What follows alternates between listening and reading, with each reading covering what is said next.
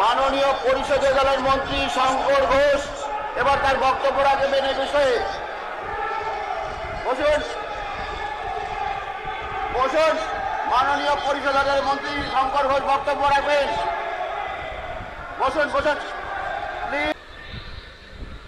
সম্প্রতিকালে এই সদনের সদস্য মাননীয় হুমায়ুন কবির মহোদয় প্রকাশ্য জনসভায় সম্মানীয় মুখ্যমন্ত্রী শ্রী শুভেন্দু অধিকারী মহোদয়ের বিরুদ্ধে যে কুরুচিকর ভাষায় আক্রমণ করেছেন, হিংসা সংগঠিত করতে উস্কানিমূলক ভাষণ দিয়েছেন, এই প্রসঙ্গে সদনে মুখ্যমন্ত্রীর বিবৃতি দাবি করছি।